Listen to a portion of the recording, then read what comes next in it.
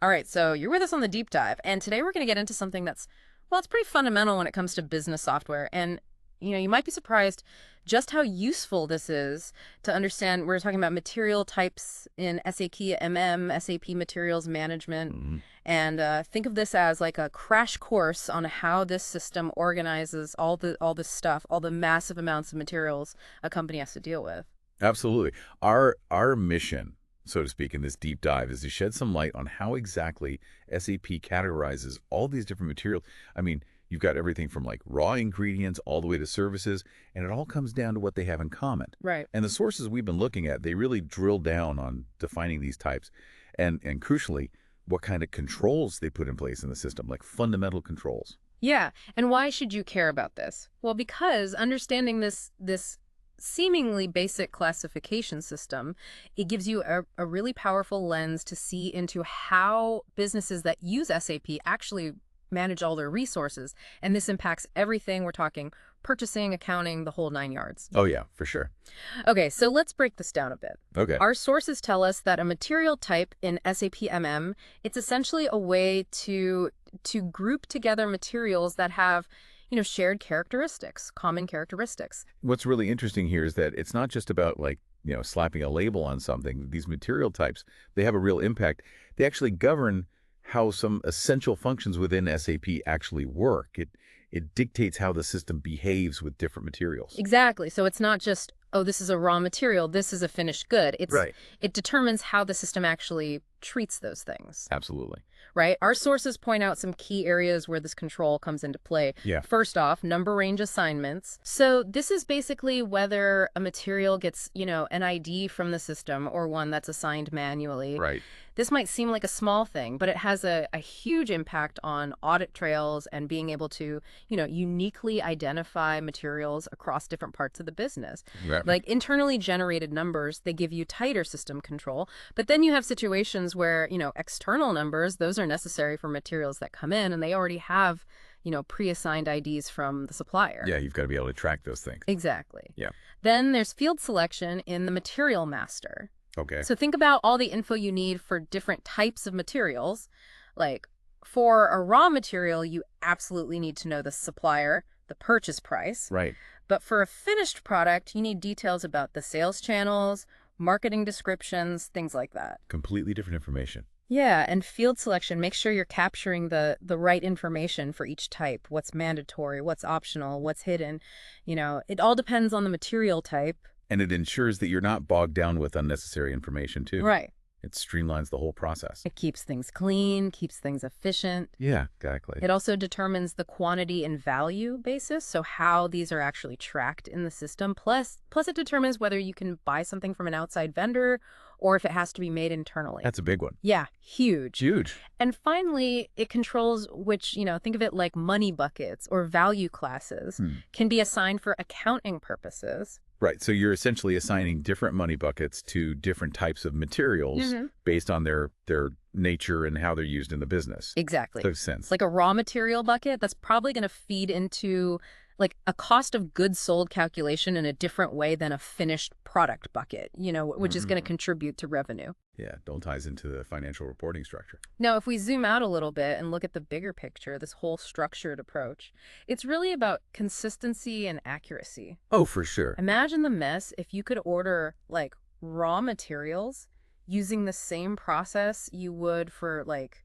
office stationery, total chaos.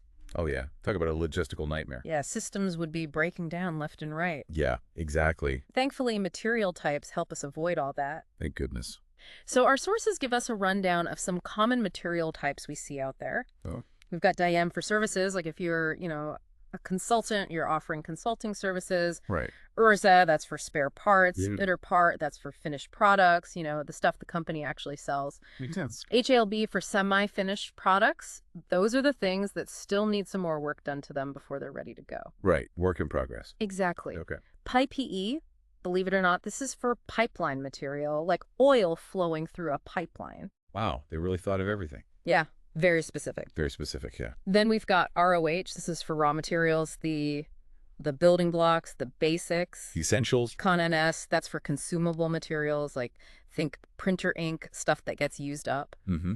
Stuff you need to replenish regularly? VERP for packaging, Yeah. the boxes, the wrapping, all that. Okay. And finally, NLAG for non-stock materials. So these are things that aren't kept in inventory. Interesting. So basically stuff that you don't track in the same way as your regular stock. Exactly. So we've got this whole set of different categories, Yeah. right? And it begs the question, why bother? Why not just like treat everything the same way in the system? Well, it's all about efficiency, right? If SAP knows that something is a raw material, it can automatically apply all these specific rules for, purchasing it, storing it. Right. Same goes for finished goods and how you sell them. It just makes the whole process smoother, less prone to errors. Yeah, it streamlines things, and more importantly, it ensures data consistency. Oh, absolutely. Because materials of the same type, they share these attributes, the data is structured similarly. So when you're running reports, you can trust the data. It's reliable, comparable. You can make informed decisions based on it. Now, for those who want to dive into the system setup, you can actually create your own, new material types if you need to. You can. Yeah, there's a transaction code, OMS2, OMS. or you can navigate through SPRO, IMG, Logistics General, Material Master, basic settings, material types, define attributes of material types. That's quite a path to get there. It's in there Get deep. in the system, yeah. When you get there, you have these, these views that represent different departments within the company Oh, interesting. that interact with a particular material type. So like the purchasing view that has all the info for buying the material, sales view that's got the data for selling it, and so on. So it's like each department has its own specific lens to look at that material type.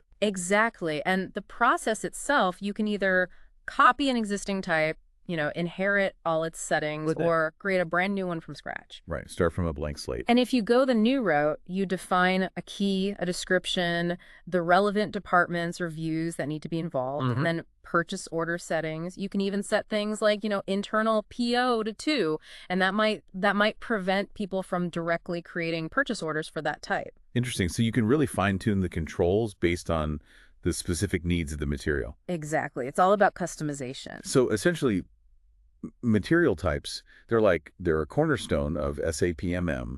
They bring order to what could be a really, really vast and confusing array of materials that a business has to handle. Absolutely. Yeah. It's all about organization. So to wrap things up, the key takeaway here is that material types are SAP's way of organizing and managing all these different materials based on, what they are and how they're used in the business. It's like their DNA. It tells the system how to handle them. Exactly. And this brings up an interesting thought. And I want to leave you with this. Okay. This whole idea of categorization that SAP uses with material types. Right. It's a broader principle that we see everywhere, not just in business software, but in life in general. Interesting. How does classifying things, even in simple ways, how does that help us manage complexity, not just in, software systems, but in our everyday lives and the way we understand the world around us?